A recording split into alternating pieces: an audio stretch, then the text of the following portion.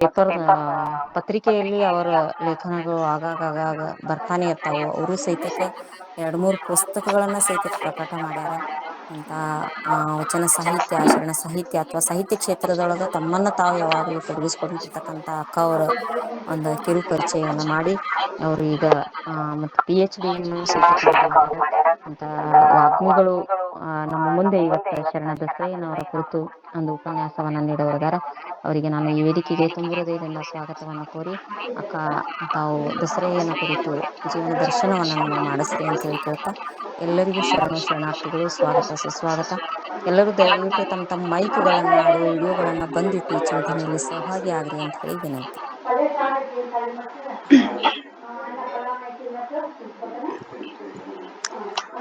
ಓಂ ಶ್ರೀ ಗುರು ಬಸವಲಿಂಗಾಯ ನಮಃ. ಸ್ವಲ್ಪ ಸುಜಾತ ಅಕ್ಕ ಅವ್ರು ನನ್ನ ಬಗ್ಗೆ ಹೇಳಿದ್ರು.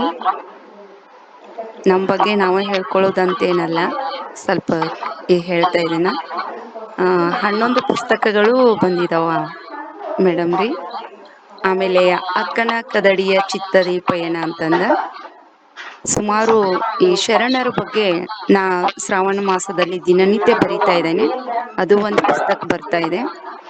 ಅಕ್ಕ ಮಹಾದೇವಿ ಅವ್ರ ಕುರಿತಾಗಿನೂ ಒಂದು ಪುಸ್ತಕ ಈಗ ರೆಡಿ ಆಗಿದೆ. 8 ಕವನ ಸಂಕಲನಗಳು ಬಂದಿದಾವ.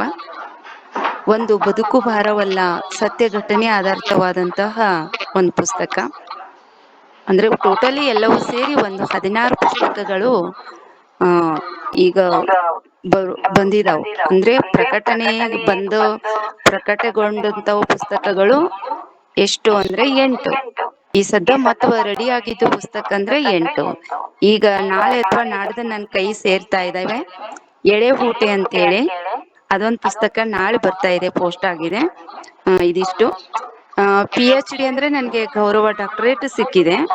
ಅದು PhD ತರಾನ ನಾನು ಏನ್ ಮಾಡಿದೆ, ಸೌದತ್ತಿ ತಾಲೂಕಿನ ಗ್ರಾಮ ಶಿಕ್ಷಣ ಸಮಿತಿಗಳು ಅಂತಂದ್ರ ಡಾಕ್ಟರ್ RC ಹಿರೇಮಠ ಸೌದತ್ತಿ ಅವ್ರ ಕಡೆಯಿಂದ ನಾನು ಏನ್ ಮಾಡಿದೆ, ಮಾರ್ಗದರ್ಶನ ತೆಗೆದುಕೊಂಡು ಒಂದು ಸಂಶೋಧನಾತ್ಮಕ ಒಂದು ಗ್ರಂಥವನ್ನ ನಾನು ಅಲ್ಲಿ ಬರೆದಿದ್ದೇನೆ ಅಂತಂದು ತಮ್ಮ ಮುಂದೆ ನಾನು ತಿಳಿಪಡಿಸ್ತಾ ಇದ್ದೇನೆ. ಹುಟ್ಟಿಸಿದ ಹೆತ್ತವಳ ಕೊಟ್ಟಿಹ ಜ್ಞಾನ ಗುರುವರ್ಯರ ಬಿತ್ತಿ ಬೆಳೆವ ವಚನವ ಶರಣ ಸಂಕುಲಕ್ಕೆ ತಲೆಬಾಗಿ ನಮಿಸುವೆ ಸಾವಿತ್ರಿ ನಿಮಗಿಂದು ಅಂತ.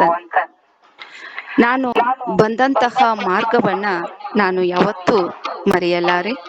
ನನ್ನ ತಂದೆ ತಾಯಿಗಳನ್ನ, ನನ್ನ ಆಧ್ಯಾತ್ಮಿಕ ಗುರುಗಳನ್ನ ನನ್ನ ಹೃನ್ಮನದಲ್ಲಿ ನೆನಪಿಸಿಕೊಳ್ಳುತ್ತಾ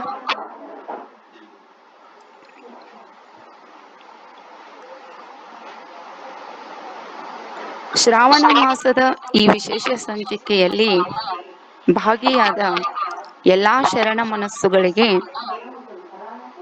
ನನ್ನ ಭಕ್ತಿಯ ಶರಣಾರ್ಥಿಗಳು. ಇಂದು ವಿಶೇಷ ದಿನ. ವಿಶೇಷವಾಗಿ ಶ್ರಾವಣ ಮಾಸದಲ್ಲಿ ನನಗೆ ಮಾತನಾಡ್ಲಿಕ್ಕೆ ಕೊಟ್ಟಿದ್ದಾರೆ ಅಕ್ಕ. ಯಾವಾಗ್ಲೂ ಅವ್ರದ್ದೊಂದು ಸ್ವಭಾವ ಎಲ್ಲರ ಜೊತೆ ಹೊಂದ್ಕೊಂಡು ಹೋಗೋದು. ಫೋನ್ ಹಚ್ಚುತ್ತಾರ ಅವರು. ನನ್ಗೆ ಏನಾಯ್ತಪ್ಪ, ಎಷ್ಟಪ್ಪ ಇವ್ರಿಗೆ ಇದನ್ ಮಾಡ್ತಾರಂತ ನಾನು ಹೇಳ್ಬಿಟ್ಟೆ, ಅಕ್ಕಾರ ನೀವು ಫೋನ್ ಇದನ್ ಮಾಡಕ್ ಹೋಗ್ಬೇಡ್ರಿ, ನಾನ್ ಬೇಕಾದ್ರೆ ಮಾತಾಡ್ತೀನ ನಾನ್ ಫ್ರೀ ಇದ್ದಾಗ ಅಂತಂದು ಹೇಳಿದ್ದೆ. ನಾನು ಕೊಟ್ಟ ಮಾತನ್ನ ನಾನು ಉಳಿಸ್ಕೊಂಡಿದ್ದೇನೆ ಅಂತಂತ ಮುಂದೆ ಹೇಳ್ತಾ ಇದ್ದೇನೆ. ದಯವೇ ಧರ್ಮದ ಮೂಲವಯ್ಯ ಅಂತಂದು ಶರಣರು ಹೇಳಿದ್ದಾರೆ. ಅದಕ್ಕೆ ಸೂಕ್ತವಾದಂತಹ ಎಲ್ಲಾ ಧರ್ಮ ಹೇಳುದು ಫಸ್ಟ್ ಸಕಲ ಜೀವರಾಶಿಗಳಲ್ಲಿಯೂ ದಯೆ ಇರಬೇಕು ಅಂತಂದ. ಅಂತಹದ್ದು ನಂಬಿದಂತಹ ಶರಣ ಸಿದ್ಧಾಂತ ಶರಣರು ನಾವು ನೀವುಗಳು ಆಗಿದ್ದೇವೆ. 12ನೇ ಶತಮಾನದ ಶರಣರ ಜೀವನವೇ ಒಂದು ಪವಿತ್ರವಾದಂತಹ ಜೀವನ, ಆದರ್ಶ ಜೀವನ. ನುಡಿದಂತೆ ನಡೆದು ತೋರಿದಂತವರು. ದೀನರನ್ನ ಕಂಡ್ರೆ ಅವರಿಗೆ ಬಹಳಷ್ಟು ಮರುಕವಿತ್ತು. ಪುಣ್ಯ ಗಣ್ಯರಲ್ಲಿ ಅಭಿಮಾನವಿತ್ತು ಹಾಗೂ ವಿಶ್ವಾಸವಿತ್ತು. ಈ ಗುಣ ವಿಶೇಷಕ್ಕೇನೆ ನಮ್ಮ ಪೂರ್ವಜರು ಭಕ್ತಿ ಎಂದು ಕರೆದ್ರು. ಎಲ್ಲ ಪ್ರಾಣಿ ಸಸ್ಯಗಳ ಜನ್ಮಕ್ಕಿಂತಲೂ ಮಾನವ ಜನ್ಮ ಹೆಚ್ಚು ಶ್ರೇಷ್ಠವಾದದ್ದು. ಆಡಂಬರ ಇಲ್ಲ, ಶೃಂಗಾರ ವಿಲಾಸ ಇಲ್ಲ, ಈ ಮುಂತಾದವುಗಳನ್ನ ನಮ್ಮ ಶರಣರು ಏನ್ ಮಾಡಿದ್ರು, ತ್ಯಜಿಸಿದ್ರು. ಅವರಲ್ಲಿ ಸುಜ್ಞಾನ, ಸದ್ಭಕ್ತಿ ಶೋಭಿತನಾಗಿ ಇನ್ನೊಬ್ಬರಿಗೆ ಒಳ್ಳೆಯದನ್ನೇ ಮಾಡೋದು ಅನ್ನುವಂತಹ ಆತ್ಮಾನಂದ ಪಡೀಲಿಕ್ಕೆ ಸಾಧನವನ್ನಾಗಿ ಮಾಡಿಕೊಂಡಂತವರು ನಮ್ಗೆ ಶರಣರು. ಇಂತಹ ಶರಣರು ಸಾಗಿದ ದಾರಿಯಲ್ಲಿ ನಾವು ನೀವುಗಳೆಲ್ಲ ಸಾಗಬೇಕಾಗಿದೆ. ಅವರ ಗುರಿಯತ್ತ ನಡೆಯಬೇಕಾಗಿದೆ. ನಿಷ್ಠೆಯಿಂದ ಮುನ್ನುಗ್ಗಬೇಕಾಗಿದೆ. ಶರಣರು ಶಾಂತಿ ಪ್ರಿಯರು. ಶರಣ ಸತಿ ಲಿಂಗಪತಿ ಎನ್ನುವ ಭಾವದಿಂದ ಪರಮಾತ್ಮನ ಪಾದಕ್ಕೆ ಸರ್ವಾರ್ಪಣ ಮಾಡಿ ಲಿಂಗ ಭೋಗೋಪಭೋಗಿಯಾದವನೇ ಶರಣನು. ಶರಣರು ಯಾವುದನ್ನು ಬಯಸರು ಎಂದು ಹೆಮ್ಮೆ ಪಟ್ಟಿಕೊಳ್ಳುವುದಿಲ್ಲ, ಯಾರನ್ನೂ ಹಿಸುವುದಿಲ್ಲ ಕೂಡ. ಅಂತಹ ಶರಣರ ಆದರ್ಶವಿಂದು ನಮಗೆ ಪೂರಕ ಹಾಗೂ ಅಗತ್ಯವೂ ಕೂಡ. ನನಗೆ ಕೊಟ್ಟಂತದ್ದು ಬಹಳಷ್ಟು ದಯಾರೂಪಿ. ಎಂತಹ ಒಂದು ಉಪನ್ಯಾಸ ನೋಡ್ರಿ. ದಯೆ ಧರ್ಮದ ಮೂಲ, ಇದರ ತಳಹದಿ ದಸರಯ್ಯನವರು, ದಯಾರೂಪಿ ದಸರಯ್ಯನವರು. ಅವರ ಹೆಸರಿನಲ್ಲಿನೇ ದಯೆ ತುಂಬಿಕೊಂಡಿದೆ. ಇವರ ಕಾಲ ಕ್ರಿಸ್ತ ಶಕ 12ನೇ ಶತಮಾನ, 1160 ಅಂತಂದು ಹೇಳ್ತಾ ಇದ್ದಾರ. ಇವರ ಕಾಯಕ ಏನಾಗಿತ್ತು ಅಂದ್ರೆ, ಗಿಡದಿಂದ ಬಿದ್ದ ಪತ್ರ ಪುಷ್ಪಗಳನ್ನು ತಂದು ಶರಣರ ಮನೆಗೆ ತಲುಪಿಸುವುದು. ಇವರ ಕಾರ್ಯಕ್ಷೇತ್ರ ರಾಮಗೊಂಡೆ ಗ್ರಾಮ, ಮಡದಿ ವೀರಮ್ಮ ಅಂತ. ಇವರು ಲಿಂಗೈಕ್ಯವಾದಂತ ಸ್ಥಳ ಯಾವುದು ಅಂದ್ರೆ ಕಲ್ಯಾಣ. ದಯಾರೂಪಿ ದಸರಯ್ಯನವರು ಬರೆದಂತಹದ್ದು ವಚನಗಳು ಎಷ್ಟಿದಾವಪ್ಪ ಅಂದ್ರೆ 10 ವಚನಗಳು. ಅದರ ವಚನಾಂಕಿತ ದಸರೇಶ್ವರ ಲಿಂಗ ಅಂತ. ಇವರು 10 ವಚನಗಳು ಬಹಳಷ್ಟು ಮನ ಕಲಕುವಂಥದ್ದು. ಶರಣರು ಅಷ್ಟೇ ಅಲ್ಲ, ಈ ಭೂಮಿಯ ಮೇಲೆ ಇರುವಂತಹ ಅದು ಸಸ್ಯನೇ ಆಗಿರ್ಬೋದು, ಅದಕ್ಕೂ ಕೂಡ ಜೀವ ಇದೆ ಎನ್ನುವಂತಹದನ್ನ ನಂಬಿದಂತಹ ದಯಾರೂಪಿ ದಸರಯ್ಯನವರು. ಈಗ ಅಕ್ಕ ಹಾಡಿದ ಹಾಗೇನೆ, ಉದುರಿ ಬೀಳುವನಕ್ಕ ನಿನ್ನ ಹಂಗು, ಉದುರಿ ಬಿದ್ದಲ್ಲಿ ಎನ್ನೊಡವೆ ನಾ ಪೂಜಿಸಿದ ನಕ್ಕ ದೇವ, ಎನ್ನ ಪೂಜೆಗೊಳಗಾದಲ್ಲಿ ನೀ ಭಕ್ತ ನಾ ನಿತ್ಯ, ಇಂತಿ ಸರ್ವರ ದಯ ವಸ್ತು ಬೀಜಬಲ, ಸರ್ವ ಮಲತ್ರಯ ದೂರ ಸರ್ವಾಂಗ ಸಂತೋಷ ನಿಗರ್ವಿ, ದಸರೇಶ್ವರ ಲಿಂಗವು ತತ್ಯ ಮಿತ್ತದವನಲ್ಲ. ನೋಡ್ರಿ, ಎಂತಹ ಒಂದು ಅದ್ಭುತವಾದಂತಹ ಒಂದು ವಚನ. ಸಮಗ್ರ ವಚನ ಸಂಪುಟ ಅದು 7ನೇ ಸಂಪುಟ, ಪುಟ ಸಂಖ್ಯೆ 361, ವಚನ ಸಂಖ್ಯೆ 1055ನೇ ವಚನವನ್ನ ನೀವು ಸಂಪುಟ ತೆಗೆದುಕೊಂಡು ನೋಡಿದ್ರೆ ಇದು ಸಿಗ್ತಾ ಇದೆ, ಓದ್ಬೋದು ತಾವು. ಪತ್ರೆ ಪುಷ್ಪಗಳು ಮರ ಗಿಡಗಳಲ್ಲಿ ಇರುವವರಿಗೆ ಅವು ನನ್ನವಲ್ಲ ಅಂತಾರವರು. ಓ ದೇವನೇ, ಅವು ನಿನ್ನವು. ಪತ್ರೆಗಳು ಇವು ಮರ ಗಿಡಗಳ ಬಳ್ಳಿಗಳೊಳಗೆ ಇರುವವರಿಗೆ ಅವು ನಿನ್ನವಪ್ಪ. ದೇವರೇ, ಅವು ನಿನ್ನವು. ಯಾವಾಗ ಅವು ಉದುರಿ ಬೀಳ್ತಾವಲ್ಲ ಕೆಳಗಡೆ, ಅವು ನನ್ನವು, ಆಮೇಲೆ ಅವು ನಿನ್ನವಲ್ಲ. ಮರ ಗಿಡ ಬಳ್ಳಿಗಳೂ ಅಲ್ಲ, ಅವಕ್ಕೆ ನಿನ್ನ ಹಂಗಿಲ್ಲ, ನಿನ್ನ ಹಂಗ ಇಲ್ವೇ ಇಲ್ಲ. ಆಗ ಅವು ನನ್ನವು. ಉದುರು ಬಿದ್ದ ಮೇಲೆ ಅವು ನನ್ನಪ್ಪ, ಗಿಡದೊಳಗೆ ಇದ್ದು ಅಂದ್ರೆ ಅವು ನಿನ್ನ ಹೂ ಅಂತಾರವರು ದಸರಯ್ಯನವರು. ಅದನ್ನ 5 ತಂದು ನಿನಗರ್ಪಿಸುವೆನು ನಾನು. ಬಾಡಿದ ಹೂ ಆ ಪತ್ರೆ ಬೇಡ, ಮರದಿಂದ ಬಿಡಿಸಿದ ಹೂ ಪತ್ರೆಗಳು ಬೇಕಂತಂದು ನೀ ಬಯಸಿದ್ರ ನಿನ್ನಲ್ಲಿ ಆಸೆ ಇದೆಯೋ ಅಂತಾರವರು ದಸರಯ್ಯನವರು. ಹೇ ಭಗವಂತ, ಹೇ ದಸರೇಶ್ವರ, ನಿನಗೆ ಅರಳಿದಂತಹ ಪುಷ್ಪವೇ ಬೇಕು ಅಂತಂದ್ರೆ ಅದು ನಿನ್ನಲ್ಲಿರುವಂತಹದ ಆಸೆ ಅಂತ ತಿಳ್ಕೊತೀನಿ ನಾನು. ಯಾಕಂದ್ರೆ ನಿನ್ನಲ್ಲಿ ಆಸೆ ಬಂದಿದೆಲ್ಲ, ಅದು ನಿನ್ನಲ್ಲಿರುವಂತಹ ದೈವತ್ವವನ್ನ ನೀನು ಕಳೆದುಕೊಳ್ಳುವಿ. ನೀನೇ ಭಕ್ತನಾಗುವಿ, ನಾನು ನಿತ್ಯನಾಗುವೆನು. ನೆನಪಿರಲಿ ಅಂತಾರವ್ರು. ದೇವರನ್ನೇ ಎಚ್ಚರಿಸ್ತಾ ಇದ್ದಾರೆ ದಸರಯ್ಯನವರು. ಅಂತಹ ಒಂದು ವಚನ ಇದು ನಮ್ಗೆ ಹೇಳಿದಂಥದ್ದು. ನಾವು ಸ್ವಲ್ಪ ಉದಾಹರಣೆಯನ್ನ ತೆಗೆದುಕೊಂಡು ಹೋಗ್ತಾ ಇದ್ದಾನ. ಇವರ ಇನ್ನೊಂದು ವಚನ ಬಹಳಷ್ಟು ಸೂಕ್ತವಾದಂಥದ್ದು, ಪ್ರಸ್ತುತವಾದಂಥದ್ದು. ಎಷ್ಟು ಚಂದ ಹೇಳಿದ್ದಾರೆ ನೋಡಿ ಅವರು. ಎಲು ನರ ಚರ್ಮ ಮಜ್ಜೆ ಮಾಂಸದೊಳಗಾದ ಕ್ರಿಮಿ ಎಣ್ಣಂಗದೊಳು ಹುಟ್ಟಿ ಮಲ ಹುಣ್ಣು ಉಗುಳುಗಳಲ್ಲಿ ಬೀಳುವುದು ಕಂಡು ಅವನ ರಕ್ಷಿಸಿದ್ದೇನೆ. ಅವು ಬೀಳಬೇಕೆಂದು ನಾ ಶಿಕ್ಷಿಸಿದ್ದೇನೆ. ಇಂತಿ ಜೀವದ ದೃಷ್ಟವ ಕಂಡು ಎನಗಿದೆತ್ತನ ಸರ್ವ ಜೀವದಯ.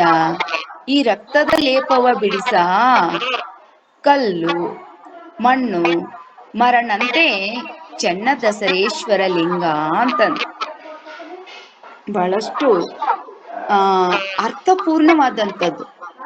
ಈ ನಮ್ಮ ದೇಹ ಚರ್ಮ, ಮಾಂಸ, ರಕ್ತ, ಸ್ನಾಯು, ಕೊಬ್ಬು, ಮಜ್ಜೆ, ಮೂಳೆಗಳಿಂದ ಆವೃತವಾಗಿದೆ.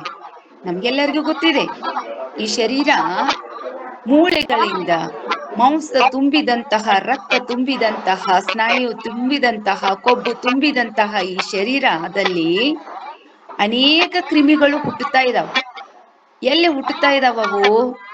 ನಮ್ಮ ದೇಹದಲ್ಲಿನೇ ಹುಟ್ಟುತ್ತಾ ಇದಾವೆ. ಹಾಗಾದ್ರೆ ಈ ಕ್ರಿಮಿಗಳು ಹುಟ್ಟಿದವು, ಅವು ಯಾವ ಮುಖಾಂತರವಾಗಿ ಸಾಯ್ತಾ ಇದ್ದಾವೆ? ನಮ್ಮ ಮಲಮೂತ್ರಗಳ ಮುಖಾಂತರವಾಗಿ ಅವು ಬೀಳ್ತಾ ಇದ್ದಾವೆ. ಅವುಗಳನ್ನ ನನ್ನಿಂದ ಕಾಪಾಡಿಕೊಳ್ಳಿಕ್ಕೆ ಆಗ್ಲಿಲ್ಲ, ಅವುಗಳನ್ನ ನಾನು ಹೇಗೆ ರಕ್ಷಿಸಲಿ ಅಂತಾರು ನೋಡ್ರಿ ಅವ್ರು. ಕೆಮ್ತೇವಿ, ಸೀನ್ತೇವಿ, ಬೆವರಿನ ಮೂಲಕ ಹೊರ ಹಾಕ್ತೇವಿ ಏನನ್ನ? ಇವುಗಳನ್ನ. ಹಾಗಾದ್ರೆ ಈ ಎಲ್ಲಾ ಜೀವಿಗಳನ್ನ ನಾನೇ ಶಿಕ್ಷಿಸಿದಂತೆ ಅಲ್ವೇ? ಸರಿ ತಾನೆ? ದೇಹದಲ್ಲಿ ಹುಟ್ಟಿ ದೇಹದಿಂದ ತ್ಯಾಜ್ಯ ವಸ್ತುಗಳ ಮೂಲಕ ಹೊರಬಂದು ಇವು ಸತ್ತು ಹೋಗ್ತಾವ. ಹಾಗಾದ್ರೆ ಈ ಸಾವಿಗೆ ಕಾರಣ ಯಾರು? ನಾವೇ ಅಲ್ವೇ ಅಂತ ಇದ್ದಾರೆ.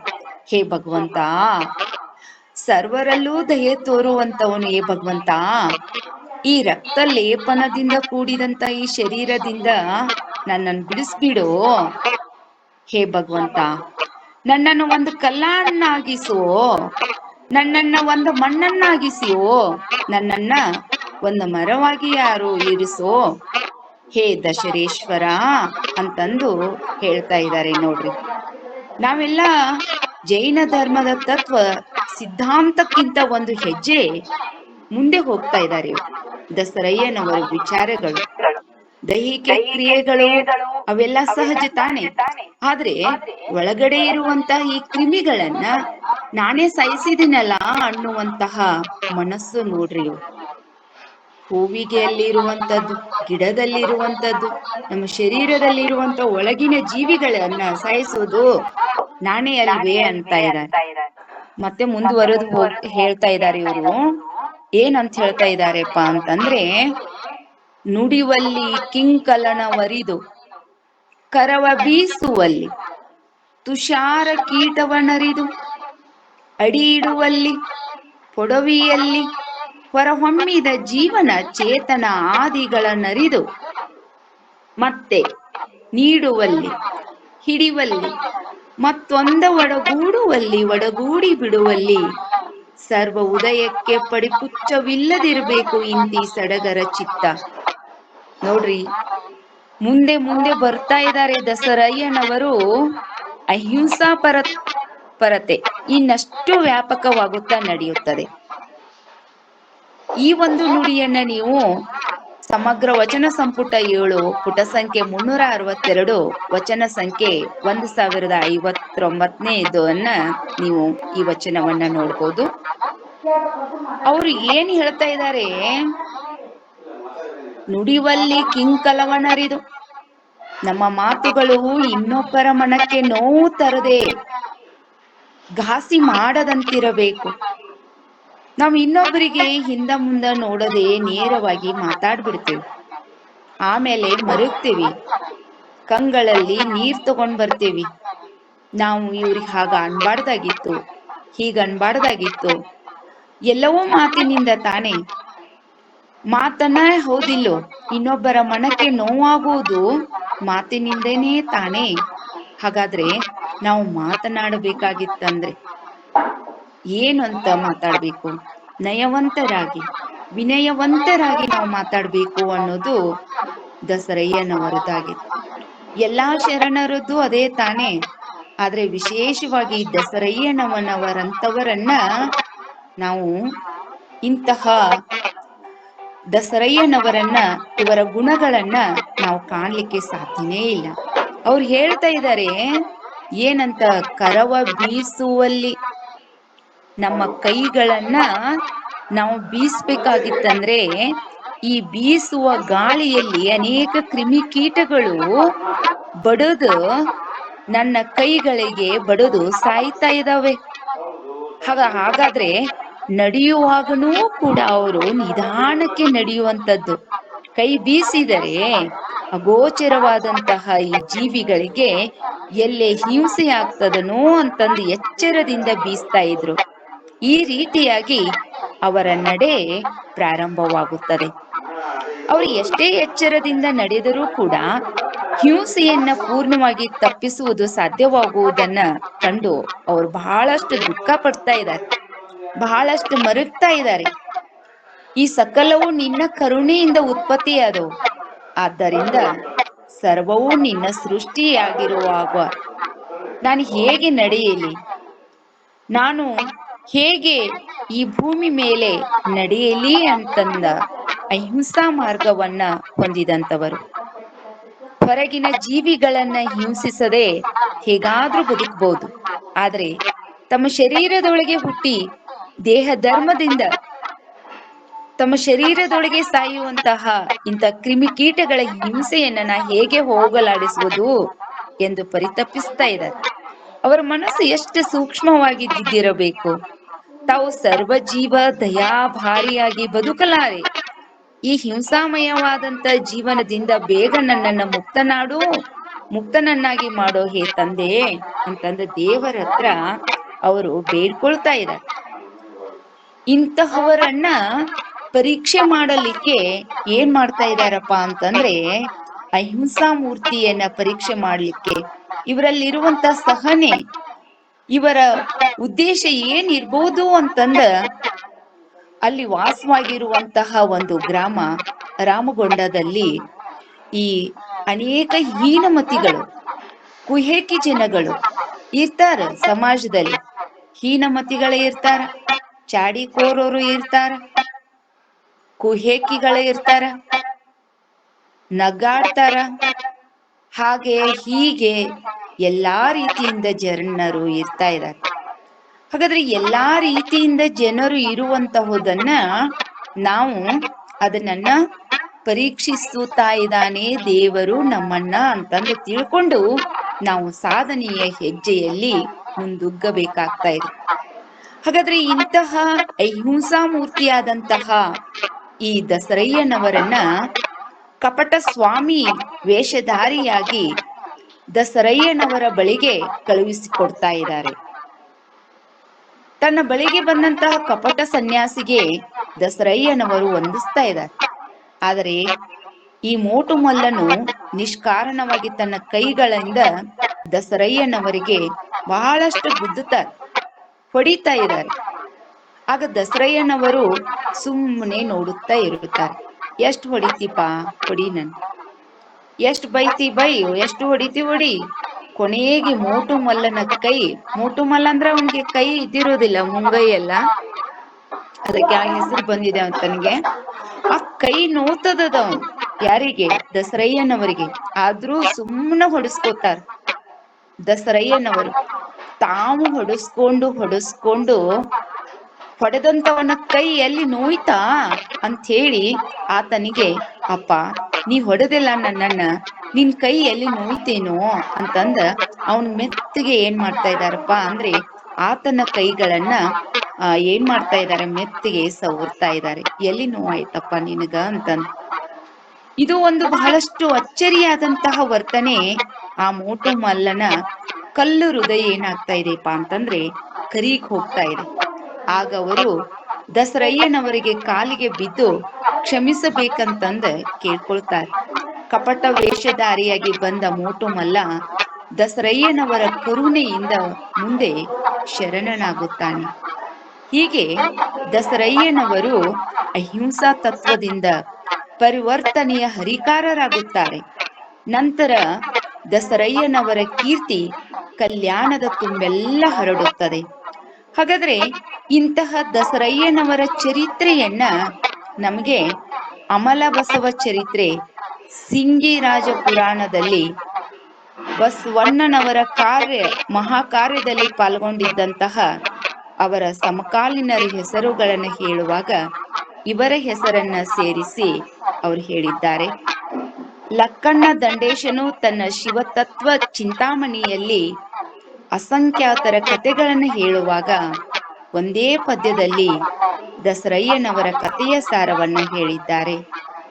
ಭೀಮಕವಿಯ ಬಸವ ಪುರಾಣದಲ್ಲಿ ಹಾಗೂ ಷಡಕ್ಷರ ಕವಿಯ ಋಷಭೇಂದ್ರ ವಿಜಯದಲ್ಲಿಯೂ ಕೂಡ ಮಹಿಮಾನ್ವಿತ ಕಥೆಗಳನ್ನ ಮನಮುಟ್ಟುವಂತೆ ಬಹಳಷ್ಟು ಚಿತ್ರಿಸಿದ್ದಾರೆ.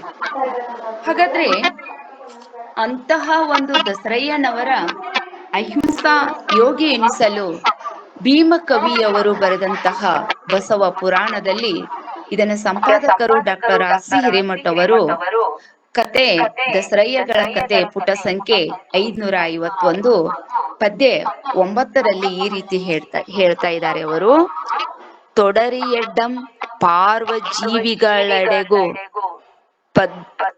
ಪದ್ರವದಬಹುದೋ ತಾಪೋ ಪೆಡೆಯೊಳನು ತಂ ಕೈಗಳಂತವೆ ಬೀಸದಿಹಣಂತೆ ನುಡಿಯಲೇತಕೆ ಫಲವ ನಿಮ್ಮಿ ಒಡೆಯನರಳ್ಗಳಿಗೀದಿ ಹೂವಿನ ಗಿಡುವಿನಲಿ ಕೊಯ್ಯಲ್ಕೆ ನೊಂದೀತು ನೊಂದೆನೆಂದೆನುತ.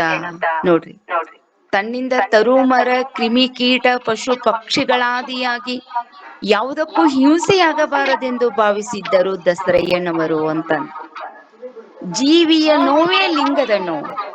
ನಾ ಲಿಂಗ ಪೂಜೆ ಮಾಡ್ತಾ ಇದ್ದೇನೆ, ಈ ಜೀವಿಯೊಳಗಿರುವಂತಹ ಈ ನೋವು ನನ್ನ ಲಿಂಗದ ನೋವು ಅಂತಂದು ತಿಳಿದಂತವರು. ಜೈನ ಸವಣನಂತೆ ಅಹಿಂಸಾ ವೃತವನ್ನೇ ತನು ಮನಗಳಲ್ಲಿ ಗೆದ್ದು ಶಾಂತಿ, ಕ್ಷಮೆ, ದಯೆ, ಸದಾಚಾರ, ಸದ್ಭಕ್ತಿ, ಸರ್ವ ಪ್ರೀತಿಗಳೇ ದಸರಯ್ಯನವರ ಉಸಿರಾಗಿದ್ದಂಥವರು. ಮತ್ತೆ ಪದ್ಯ 9 ಬಸವ ಪುರಾಣದಲ್ಲಿ ಹೀಗೆ ಹೇಳ್ತಾ ಇದ್ದಾರೆ.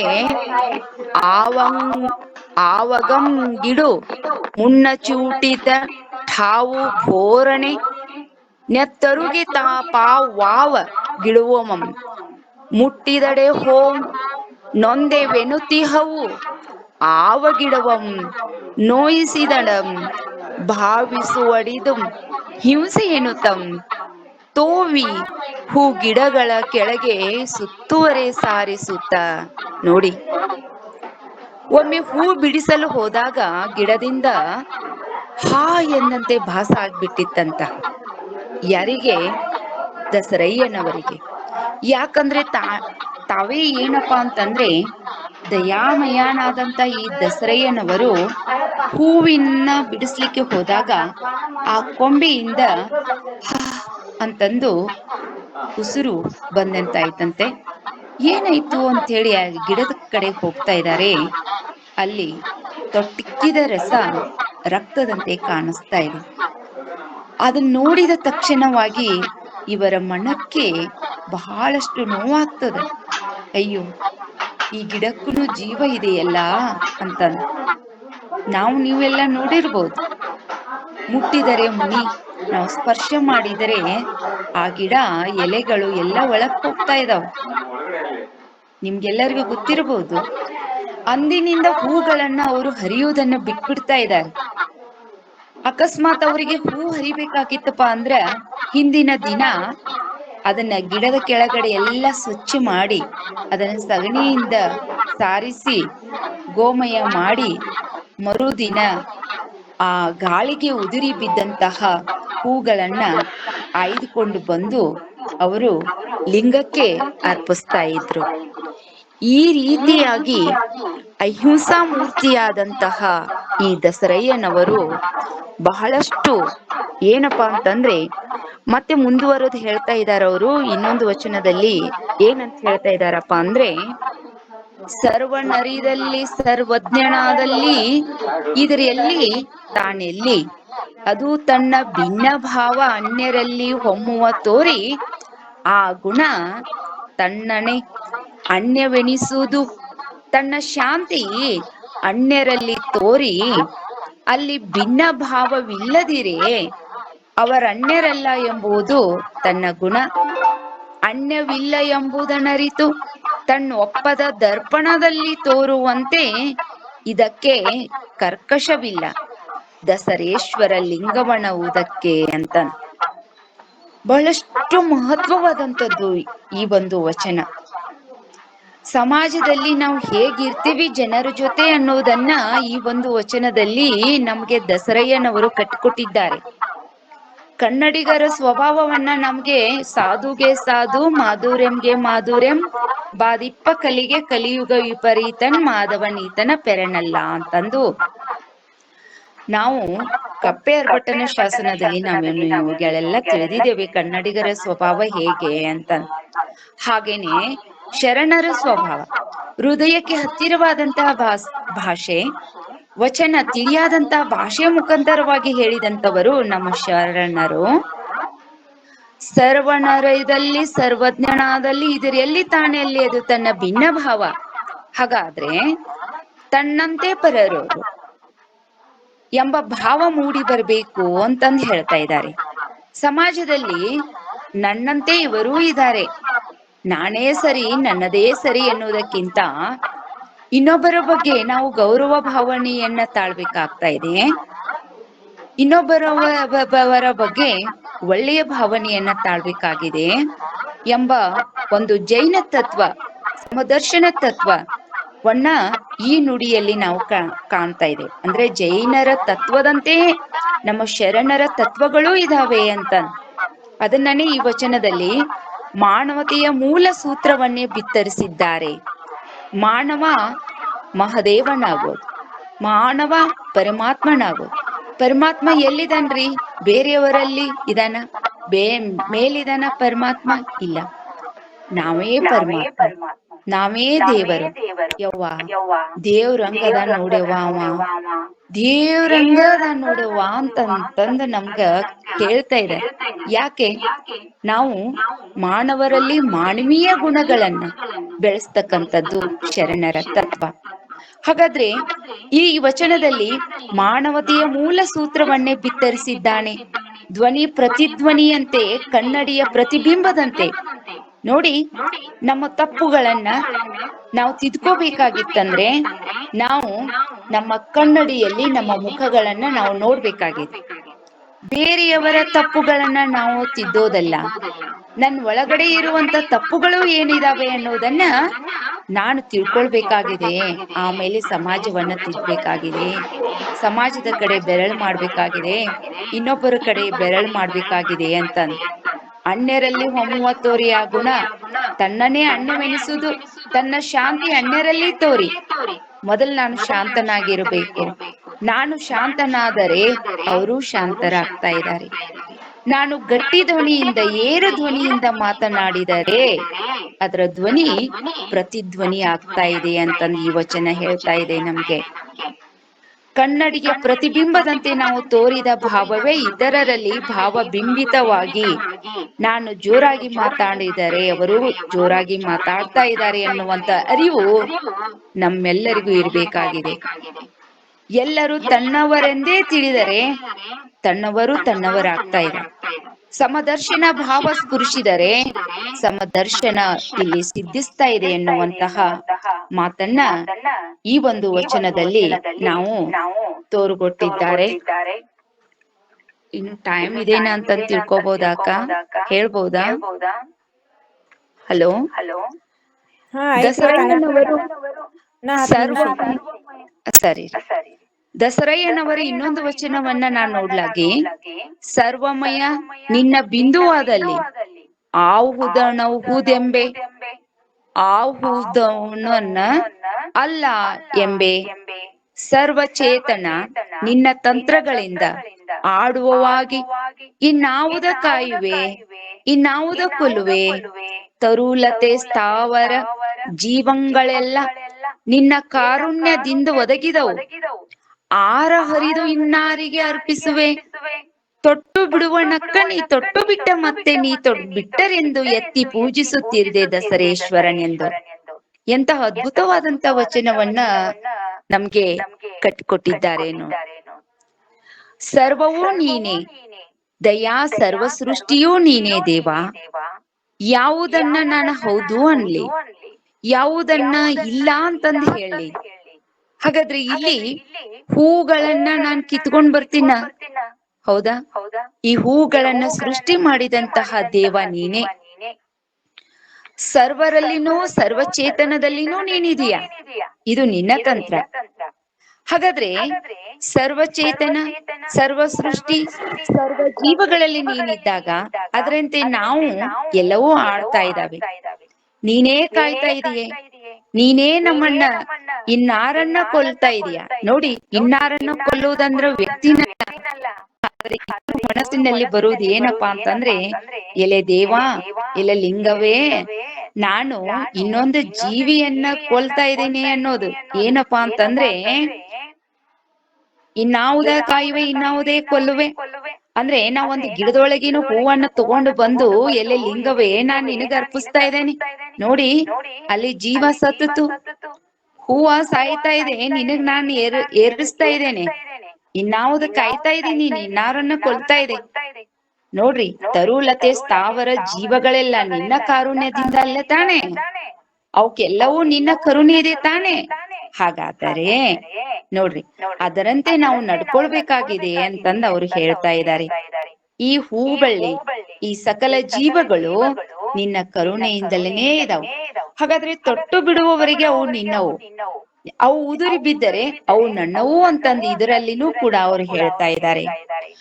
ಇಷ್ಟೇ ಅಲ್ಲದೆ ಇವ್ರು ಮತ್ತೆ ಏನಂತ ಹೇಳ್ತಾ ಇದ್ದಾರಪ್ಪ ಅಂತಂದ್ರೆ, ಇವರು ಎಂತವ್ರಪ್ಪ ಅಂತಂದ್ರೆ ಇವರ ಸಂಗಾತಿನೂ ಕೂಡ ಯಾರಪ್ಪ ಅಂತಂದ್ರೆ, ದಸರಯ್ಯನವರ ಸಂಗಾತಿನೂ ಕೂಡ ಇವರಂತೆನೇ ಇರುವಂತಹ ಒಂದು ತತ್ವ, ಒಂದು ಸಿದ್ಧಾಂತವನ್ನ ಅವರು ಅನುಸರಿಸಿದಂತವರು. ಚರಣಾಯುಧ ವೇಳೆಯ ನಿರುವುದಯ್ಯ ಭಕ್ತ ವ್ರತಹೀನನರಿದು ನೆರೇನಯ್ಯ, ನೆರೆದಡೆ ನರಕ ಗುರು ಶಾಂತೇಶ್ವರ ಅಂತಂದ ಇವರ ಪತ್ನಿಯಾದಂತಹ ವೀರಮ್ಮನವರೂ ಕೂಡ ಹೇಳ್ತಾ ಇದ್ದಾರೆ. ಹಾಗಾದ್ರೆ ಭಕ್ತನಾದಂತವನು ಏನಪ್ಪಾ ಅಂತಂದ್ರೆ ವ್ರತಹೀನನಾಗ್ತಾ ಇದ್ದಾನೆ. ಹಾಗಾದ್ರೆ ವ್ರತಹೀನನಾಗೋದು ಏನಪ್ಪಾ ಅಂತಂದ್ರೆ, ಸಕಲವು ಜೀವರಾಶಿಗಳಲ್ಲಿನೂ ಜೀವ ಇದೆ ಅಂತಂದ ನಡೆದುಕೊಳ್ಳುವನು ವ್ರತನು. ಹಾಗಾದ್ರೆ ಸಕಲಗಳಲ್ಲಿನೂ ಜೀವರಾಶಿಗಳಲ್ಲಿನೂ ಜೀವ ಇಲ್ಲ ಅಂತಂದು ನಾವು ಏನ್ ನಡೆದುಕೊಳ್ತೇವಲ್ಲ, ಅವೆಲ್ಲವೂ ಏನಾಗ್ತಾ ಇದೆಯಪ್ಪ ಅಂತಂದ್ರೆ, ಏನಾಗ್ತಾ ಇದೆಯಪ್ಪ ಅಂತಂದ್ರೆ ಅದು ವ್ರತ ಇಲ್ಲದಂತೆ ಆಗ್ತಾ ಇದೆ ಅಂತಂದ್. ಅದನ್ನ ನನ್ನ ಗುರು ಶಾಂತೇಶ್ವರ ಮೆಚ್ಚಲಾರ ಅಂತಂದು ಹೇಳ್ತಾ ಇದ್ದಾರೆ ಅವರು. ಮತ್ತೆ ಮುಂದುವರೆದು ಇವ್ರು ಹೇಳ್ತಾ ಇದ್ದಾರೆ, ದಸರಯ್ಯನವರು, ಎಲ್ಲವನಿರಿದಲ್ಲಿ ಕಡೆಯಲ್ಲಿ ಕೊಲ್ಲಬೇಕೆಂಬುದೊಂದು ವೇದ ಉಂಟೆ, ಸಮಗ್ರ ವಚನ ಸಂಪುಟ 7ನೇ ಪುಟ 361 ವಚನ ಸಂಖ್ಯೆ 1056ರಲ್ಲಿ ಹೇಳ್ತಾ ಇದ್ದಾರೆ ಅವರು. ಶಾಸ್ತ್ರವನ್ನೆಲ್ಲವ ಕಲಿತಲ್ಲಿ ಗೆಲ್ಲ ಸೋಲಕ್ಕೆ ಹೊರಬೇಕೆಂಬುದು ಕಡಿಯಲ್ಲಿ ಒಂದು ಸೋಲುಂಟೆ. ಪುರಾಣವನ್ನೆಲ್ಲವನೋದಿಹದಲ್ಲಿ ಸರ್ವ ಜೀವವ ಕೊಲ್ಲು ಕೋರೆ ಎಂಬುದೊಂದು ದಳ್ಳುರಿ ಉಂಟೆ. ಶ್ರುತಿಯ ಕೇಳುವಲ್ಲಿ ಸ್ಮೃತಿಯ ನುಂಗೀಕರಿಸುವಲ್ಲಿ ಸರ್ವಹತವ ಮಾಡಬೇಕೆಂಬುದೊಂದು ಗತಿಯುಂಟೆ. ಇಂತಿ ಆತ್ಮನಲ್ಲಿ ಸರ್ವಭೂತ ಹಿತವುಳ್ಳಂಗೆ ಆತ ಅತೀತ ಸ್ವಯಂ ವಸ್ತು ದಸರೇಶ್ವರ ಲಿಂಗವು ಅಂತ. ಇಲ್ಲಿ ನಮ್ಗೇನ್ ಹೇಳ್ತಾ ಇದಾವಪ್ಪ ಅಂತಂದ್ರೆ, ವೇದಗಳು, ಶಾಸ್ತ್ರಗಳು, ಪುರಾಣಗಳು, ಆಗಮ, ಸ್ಮೃತಿ. ನಾವು ವೇದ ಶಾಸ್ತ್ರ ಪುರಾಣಗಳನ್ನು ಶರಣರಾದಂತವರು ನಂಬಲಾರೆವು. ಆದ್ರೆ ಇವ್ರು ಹೇಳ್ತಾ ಇದ್ದಾರೆ, ವೇದ ಶಾಸ್ತ್ರ ಪುರಾಣ ಆಗಮ ಸ್ಮೃತಿ ಇವು ಎಲ್ಲ ಮೊದಲಾದವುಗಳೆಲ್ಲ ಸಾಮರಸ್ಯ ಬೋಧಿಸಿದರೂ ಕೂಡ ಕೊನೆಗೆ ಸತ್ಯ ಉಳಿತಾ ಇದೆ, ನ್ಯಾಯ ಉಳಿತಾ ಇದೆ, ಧರ್ಮ ಉಳಿತಾ ಇದೆ. ಹಾಗಾದ್ರೆ ಸಮಾಜದಲ್ಲಿ, ಈ ದೇಶದಲ್ಲಿ ಸತ್ಯ ಉಳಿಬೇಕಾಗಿತ್ತಂದ್ರೆ, ನ್ಯಾಯ ಉಳಿಬೇಕಾಗಿತ್ತಂದ್ರೆ, ಧರ್ಮ ಉಳಿಬೇಕಾಗಿತ್ತಂದ್ರೆ ನಾವು ಅನ್ಯಾಯದ ವಿರುದ್ಧವಾಗಿ ಹೋರಾಡ್ಲೇಬೇಕಾಗಿದೆ. ಅಧರ್ಮ ಇದ್ದಿದ್ದು ನಾಶ ಆಗ್ಲೇಬೇಕಾಗಿದೆ ಅನ್ನೋದನ್ನ ಈ ಒಂದು ವಚನದಲ್ಲಿ ನಮ್ಗೆ ದಸರಯ್ಯನವರು ಕಟ್ಟಿಕೊಟ್ಟಿದ್ದಾರೆ ಅಂತ. ಹೀಗೆ ದಸರಯ್ಯನವರು ಏನಪ್ಪಾ ಅಂತಂದ್ರೆ ಅಹಿಂಸಾವಾದಿಗಳು, ತತ್ವ ಸಿದ್ಧಾಂತವನ್ನ ಅಳವಡಿಸಿಕೊಂಡಂತವರು. ಅವರ ಪ್ರತಿದಿನದಂತೆ ತೋಟಕ್ಕೆ ಹೋಗಿ ಕೊಂಬೆಯನ್ನ ಬಗ್ಗಿಸಿ ಹೂ ಕೀಳುವಾಗ ಆ ಕೊಂಬೆ ಎಲ್ಲಿ ಮುರಿದು ಹೋಗ್ತದ, ತನ್ನಿಂದ ಕೊಂಬೆಗೆ ಎಲ್ಲಿ ನೋವಾಗ್ತದ, ಅಂತಹ ಮರುಕ ಪಡ್ತಾ ಕೊಂಬೆ ಮುರಿದ ಜಾಗೆಯನ್ನು ನೋಡಿ ಬಹಳಷ್ಟು ಕನಿಕರದಿಂದ ಅವ್ರು ಏನ್ ಮಾಡ್ತಾ ಇದ್ದಾರೆ, ಅವಾಗಿನಿಂದ ಅವರು ಹೂ ಕೀಳೋದನ್ನ ಬಿಟ್ಬಿಡ್ತಾ ಇದ್ದಾರೆ. ಸಸ್ಯ ವಿಜ್ಞಾನಿ ನಾವು ಮೊದಲನೇದಾಗಿ ಡಾಕ್ಟರ್ ಜಗದೀಶ್ ಚಂದ್ರ ಬೋಸ್ ರವರು ಇವಾಗ ಹೇಳಿದ್ರೆ ನಮ್ಗೆ ಅವತ್ತನೇ ದಸರಯ್ಯನವರು ಸಸ್ಯಗಳಲ್ಲಿನೂ ಕೂಡ ಜೀವ ಇದೆ ಅನ್ನೋದನ್ನ ತೋರಿಸಿಕೊಟ್ಟಂತವರು. ಇಂತಹ ದಸರಯ್ಯನವರ ಒಂದು ದಯಾರೂಪಿ ದಸರಯ್ಯನವರ ವೈಶಿಷ್ಟ್ಯಗಳನ್ನ, ಅಷ್ಟಾವರಣಗಳನ್ನೇ ಅಂಗವನ್ನಾಗಿಸಿಕೊಂಡಂತಹ ಈ ವೀರಮ್ಮನವರ ಜೀವನ ದರ್ಶನವೂ ಕೂಡ ನಮ್ಗೆ ಕಂಡು ಬರ್ತಾ ಇದೆ. ಹಲವರಿಗೆ ಹಲ್ಲದೆರೆದು ಹಲವರಿಗೆ ಬೋಧಿಸಿ ತನ್ನ ಉದರವ ಹೊರೆವ ಸಂದೇಹಿಗಳ ಕಂಡು ಎನ್ನ ಮನ ಸಂದೇಹಿಸಿತ್ತು ಕಾಣ ಮಹಾಗುರು ಶಾಂತೇಶ್ವರ ಪ್ರಭುವೇ ಅಂತಂದ ವೀರಮ್ಮನವರು ಕೂಡ ಈ ಒಂದು ವಚನದಲ್ಲಿ ಹೇಳ್ತಾ ಇದ್ದಾರೆ. ಹೊಟ್ಟೆಪಾಡಿಗಾಗಿ ಹಲವರನ್ನ ಕಾಡಿ ಬೇಡುತ್ತಾ ಡಾಂಬಿಕ ದಾರಿಗಳಾಗಿ ಸಾಮಾನ್ಯ ಜನತೆಗೆ ಪೊಳ್ಳು ಬೋಧನೆಯನ್ನ ಬೋಧಿಸುತ್ತಾ ಇರುವ ಅನೇಕ ಅನಾಚಾರಿಗಳನ್ನ ಕಂಡು ಅಂತವರನ್ನ ನಂಬಬಾರದೆನ್ನುತ್ತಾರೆ ವೀರಮ್ಮನವರು.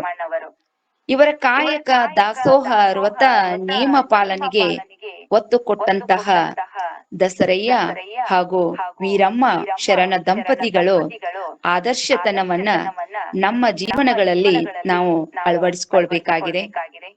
ಶಿವನಿಗೆ ಅರ್ಪಿತವಾದಂತಹ ಬಾಳಿ ನಿರ್ವಲಯ ಆದರೆಂದು ನಾವು ಹೇಳ್ಬೋದು. ಕೊನೆಗೆ ಇವರ ಜೀವನದ ಸಂದೇಶವನ್ನ ಅವರು ನಮಗೆ ನೀಡ್ತಾ ಇದ್ದಾರೆ. ದೀನ ದುರ್ಬಲರಿಗೆ, ಪಾಪಿ ಪರದೇಶಿಗಳಿಗೆ ನಿಮ್ಮಗಳ ಕರುಣೆ ಇರಬೇಕು, ಅನುಕಂಪ ಇರಬೇಕು, ದಯೆ ಹರಿಸಿರಿ. ಆಗ ಅವರು ತಾವು ಪರಿವರ್ತನೆಯಾಗಿ ನಿಮ್ಮನ್ನು ದೈವ ಸ್ವರೂಪರನ್ನಾಗಿ ಕಾಣ್ತಾ ಇದ್ದಾರೆ. ಸಕಲ ಜೀವಾವಳಿಗೆ ಲೇಸ ಬಯಸುವುದಲ್ಲದೆ ಸಸ್ಯಾದಿ ಸಕಲ ಚರಾಚರ ವಸ್ತುಗಳಲ್ಲಿಯೂ ಕೂಡ ಜೀವ ಇರುತ್ತದೆ ಎಂದು ತಿಳಿದು ನಡೆಯಿರಿ ಅಂತಂದ ದಸರಯ್ಯನವರ ಈ ಒಂದು ಜೀವನದ ಸಂದೇಶವಾಗಿದೆ ಅಂತಂದು ಹೇಳ್ತಾ ಇದ್ದೇನ. ಅಕ್ಕ ಟೈಮ್ ಆಯ್ತು ಅಂತಂದ ಹೇಳಿರ್ಬಹುದು, 10 ನಿಮಿಷ ಅಂತಂದ. ನನಗೆ ಒಟ್ಟಿನಲ್ಲಿ ಇನ್ನೂ ಒಂದ್ ಸ್ವಲ್ಪ ವಚನಗಳು ಇದಾವ. ಒಟ್ಟಿನಲ್ಲಿ ಇಷ್ಟೇ, ಈ ಒಂದು ಸಮಾಜದಲ್ಲಿ ನಾವು ನೀವುಗಳೆಲ್ಲರೂ ಇದೇವಪ್ಪ ಅಂತಂದ್ರೆ ಇಂತಹ ಶರಣರು ಹಾದಿ ನಮ್ಗೆ ಸೂಕ್ತ. ಒಟ್ಟಿನಲ್ಲಿ ದಯಾರೂಪಿಯಾದಂತಹ ದಸರಯ್ಯನವರ ಒಂದು ತತ್ವ ಸಿದ್ಧಾಂತ ಇಂದಿನ ಆಧುನಿಕ ಜೀವನಕ್ಕೆ ಹೆಚ್ಚು ಸೂಕ್ತವಂತ ಹೇಳಿ ನನ್ನ ಅಭಿಪ್ರಾಯವಾಗಿದೆ. ನಾವು ಎಲ್ಲೋ ಬಂದಿರ್ತೀವಿ, ಎಲ್ಲೋ ಹೋಗ್ತೇವಿ, ಆದ್ರೆ ನಾವು ನೀವುಗಳೆಲ್ಲ ಉಳಿಸಿ ಹೋಗುವುದು ಏನಪ್ಪಾ ಅಂತಂದ್ರೆ ನಮ್ಮ ನಡೆ ಸಿದ್ಧಾಂತಗಳು, ನಮ್ಮ ಸಾಧನೆಗಳು, ನಮ್ಮ ಮಾತುಗಳು, ನಮ್ಮ ತತ್ವಗಳು, ನಮ್ಮ ದರ್ಶನಗಳು, ಆ ಅಪ್ಪ ಬಸವಣ್ಣನು ಹಾಕಿದಂತಹ ಒಂದು ನಡೆ, ಒಂದು ಮಾರ್ಗವನ್ನ ನಾವು ನೀವುಗಳೆಲ್ಲ ಈ ಸಮಾಜಕ್ಕೆ ಬಿತ್ತಿ ಬೆಳೆಸಿ ಹೋಗ್ತಕ್ಕಂಥದ್ದು. ಇಂತಹ ಒಂದು ತತ್ವ ಸಿದ್ಧಾಂತವನ್ನ ನನಗೆ ಮಾತನಾಡ್ಲಿಕ್ಕೆ ಸ್ವಲ್ಪದರಲ್ಲಿನ ನಾನು ಮಾತಾಡಿದ್ದೇನೆ. ನನಗೆ ತೃಪ್ತಿ ಇಲ್ಲ ಈ ಮಾತುಗಳಲ್ಲಿ. ಈ ವೇದಿಕೆಯಲ್ಲಿ ಅನೇಕರು ಇದ್ದೀರಿ. ನಾನು ಇವಾಗನೇ ನಿನ್ನೆನೆ ಹೇಳಿದ್ದು, ಅಕ್ಕ ಕೇಳ್ರಿ ಅದು ಹೇಳಿದ್ದೆ, ಬಟ್ ನಿನ್ನೆನೆ ನನಗೆ ಮಾತಾಡ್ತೀನಿ ತಗೋರಿ ಏನಂತ ಹೇಳಿ ನೋಡಿದೆ. ಸ್ವಲ್ಪ ಏನೋ ವಿವರಣೆ ಸ್ವಲ್ಪ ನಾನು ಹೇಳ್ಕೊಂತ ಬಂದಿದ್ದೇನೆ, ಆಳವಾಗಿ ನಾನು ಹೋಗಿಲ್ಲ, ಸ್ವಲ್ಪನೇ ಹೇಳಿದ್ದೇನೆ. ಈ ವೇದಿಕೆಯಲ್ಲಿ ಅನೇಕರು ಗಣ್ಯರಿದ್ದೀರಿ, ಒಳ್ಳೆ ಒಳ್ಳೆ ಜ್ಞಾನಿಗಳು ಇದ್ದೀರಿ. ನಾನು ಕೂಡ ನಿಮ್ಮ ಒಂದು ಜ್ಞಾನದಲ್ಲಿ ಭಾಗಿಯಾಗಿದ್ದೇನೆ ಅಂತಂದು ಹೇಳ್ತಾ, ಏನಾದ್ರೂ ತಪ್ಪಾಗಿ ಆ ಭಾಷೆಯಲ್ಲಿ ಏನಾದ್ರೂ ಸ್ವಲ್ಪ ವ್ಯತ್ಯಾಸ ಆಗಿದ್ರೆ ವೇದಿಕೆಯಲ್ಲಿ ಇರುವಂತವರು ಅದನ್ನ ಸರಿಪಡಿಸಿ ನನಗೂ ಕೂಡ ಮಾರ್ಗದರ್ಶನ ಮಾಡಿ, ನಿಮ್ಮ ಮಾತುಗಳನ್ನು ಕೂಡ ನಾನು ಕೇಳಿ ನನ್ನ ತಪ್ಪುಗಳನ್ನು ಕೂಡ ನಾನು ತಿದ್ಕೊಳ್ತೇನೆ ಅಂತಂದು ಹೇಳ್ತಾ, ಅವಕಾಶ ಕೊಟ್ಟಂತಹ ತಮ್ಮೆಲ್ಲರ ಹೃದಯಕ್ಕೆ ನನ್ನೆರಡು ಮಾತುಗಳನ್ನ ಹೇಳ್ತಾ ಇದ್ದೇನೆ. ಇದು ಶರಣಾರ್ಥಿ ಅವರೇ, ಒಂದ್ 5 ನಿಮಿಷ ಲೇಟ್ ಆಯ್ತು, ನಾನು ಜಾಯಿನ್ ಆಗಿದ್ದು, ಇಂಟರ್ನೆಟ್ ಕನೆಕ್ಟ್ ಆಗ್ಲಿಲ್ಲ. ಏನು ವಿಷಯ ತಗೊಂಡಿದ್ರಿ ಗೊತ್ತಾಗ್ಲಿಲ್ಲ ಅವರೇ, ದಸರಯ್ಯನವ್ರದ್ದು. ಹೇಳಿ ಅಮ್ಮ. ಒಂದ್ 10 ನಿಮಿಷ 5 ನಿಮಿಷ ಲೇಟ್ ಆಯ್ತು ನನಗೆ ಇಂಟರ್ನೆಟ್ ಕನೆಕ್ಟ್ ಆಗ್ಲಿಕ್ಕೆ ಮೊಬೈಲಿಗೆ. ಅದು ಶರಣ ವಿಷಯ ಏನ್ ಬಸವಯ್ಯನವರು ತಗೊಂಡ್ರಿ ಸ್ಟಾರ್ಟಿಂಗ್ ಅಂತ. ದಸರಯ್ಯನವರ ಬಗ್ಗೆ, ದಸರಯ್ಯನವರು ಅಂತಂದ ಅವ್ರ ಬಗ್ಗೆ ನಾನ್ ಮಾತಾಡಿದೆ ಅಮ್ಮ. ಅವರು ದಸರೆಯ ಕೇಳಿಸ್ಕೊಂಡೆ, ಮತ್ತೊಂದಮ್ಮ. ಇಲ್ಲಿವರೆಗೂ ಮಾತಾಡಿದ್ದು. ಸ್ಟಾರ್ಟಿಂಗ್ ಏನ್ ವಿಷಯ ತಗೊಂಡಿದ್ರಿ ಅಂತ ನನಗೆ ಕೇಳಿಸ್ಕೊಂಡ್ಲಿಲ್ಲ, ಅದನ್ನ ಕೇಳ್ತಾ ಇದ್ದೀನಿ. ಅವರ ವಚನಗಳ್ರಿ, ಮತ್ತೆ ಅವ್ರ ಜೀವನ ದರ್ಶನ, ಅವ್ರ ಜೀವನದ ಬಗ್ಗೆ ಒಂದಿಷ್ಟು ಹೇಳೋದು. ಅಕ್ಕಾರಿ ದಯಾರೂಪಿ ದಸರಯ್ಯ ಅಂತ ಹೇಳಿ ಅಮ್ಮವ್ರು ಮಾತಾಡಿದ ವಿಷಯ ಇದು. ಸರಿ ಅಕ್ಕಾರಿ, ಎಲ್ಲರಿಗೂ ಶರಣಾರ್ಥಿಗಳು. ಶರಣಾರ್ಥಿ.